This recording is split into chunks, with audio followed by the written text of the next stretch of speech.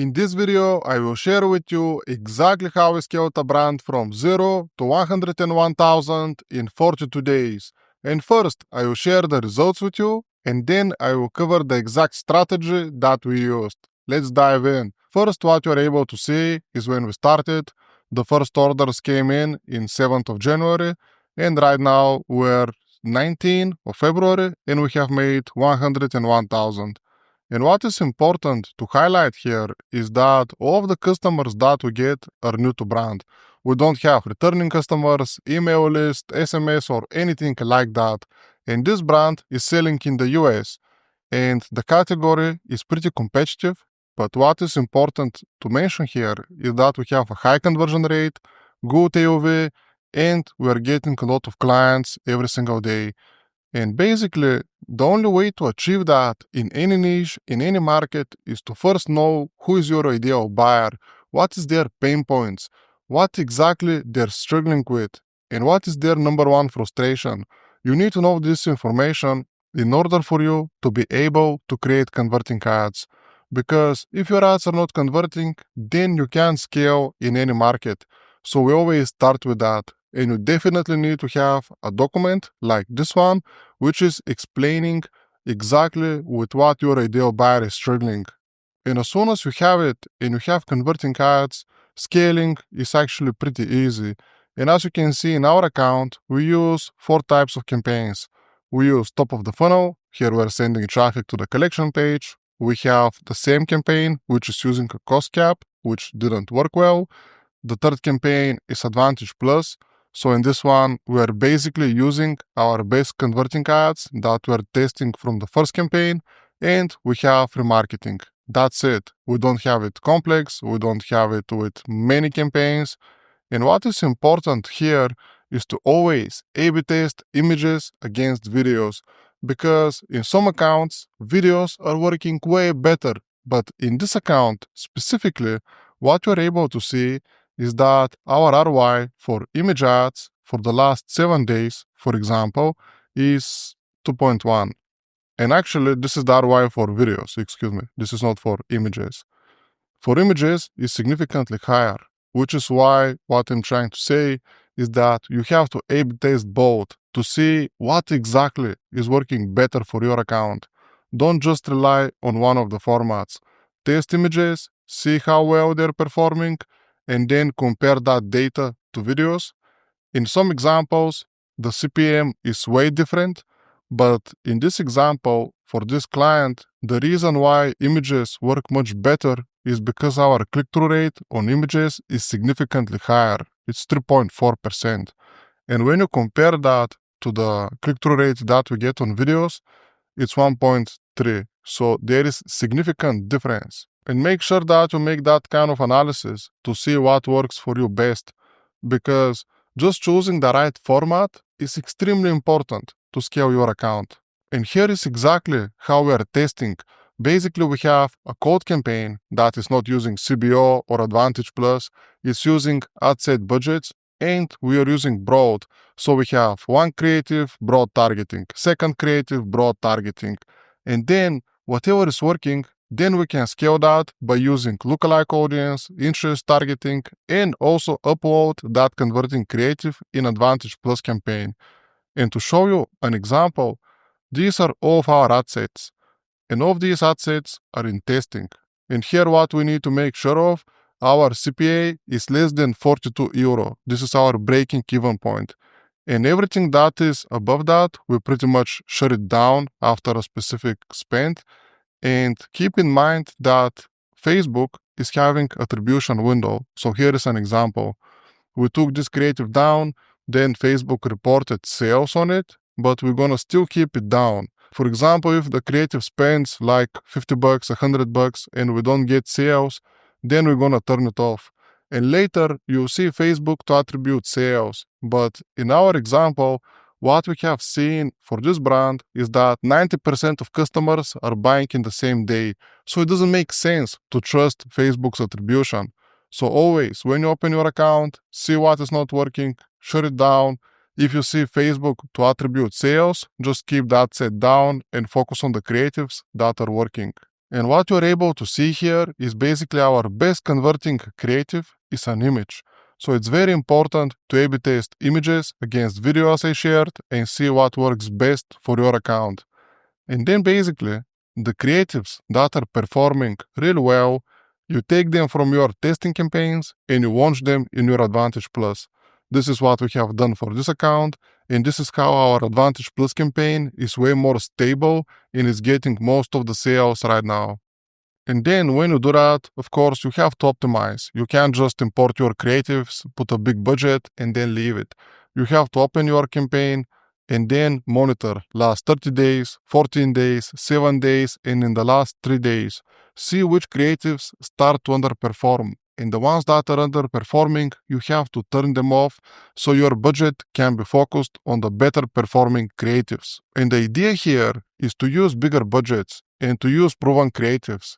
First, your goal is to get out of the learning phase, which for some accounts is important. For others, I haven't seen significant difference, but in this case, it makes sense.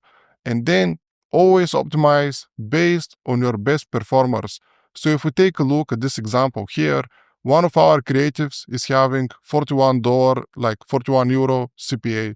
However, we have better converting ads. And even the first one with 38 is something that we consider to turn off just because we have other creatives which are having better results. So make sure that you monitor, optimize, and focus your budget into the better performing creatives. Now, the next part is actually to know your metrics. You need to know your product cost, sales price, shipping cost, break-even CPA, and ROI. And you need to know this data in order for you to know when I'm spending and making money or when I'm just spending and I'm losing. Like, this is a common thing that I see in many accounts. Make sure that your team is aware of these metrics, because if you miscalculate here and you make wrong decisions with your media buying, you're just gonna lose more money, which is pointless. The next part is to focus on your website performance. You need to make sure that your website is quick and you're focusing on the most important pages where you're actually A/B testing. So for example, for this brand, as you can see, most of the pages that are getting traffic is basically the collection page, the home page, and the product pages. So we are proactively running A/B tests on these pages in order to increase our conversion rate. Because if you can increase your conversion rate with even 30%, that's significant difference in your total sales and in your ROI. It doesn't make sense for you to test many different creatives and spend a lot of resources in this direction and not A/B test and maximize your website performance. So this is something that we focus on, and it's extremely important. And the next part is actually the cart page. And this is a big one. You need to make sure that you have a free shipping threshold after a specific spend in your website. And also you need to cross-sell different products so you can increase average order value.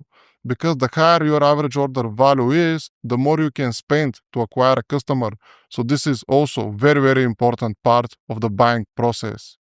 And then the next part, which I'm going to cover in a little bit deeper detail, is to analyze your competition and see what type of ads they're using. We're using Triatria to achieve that.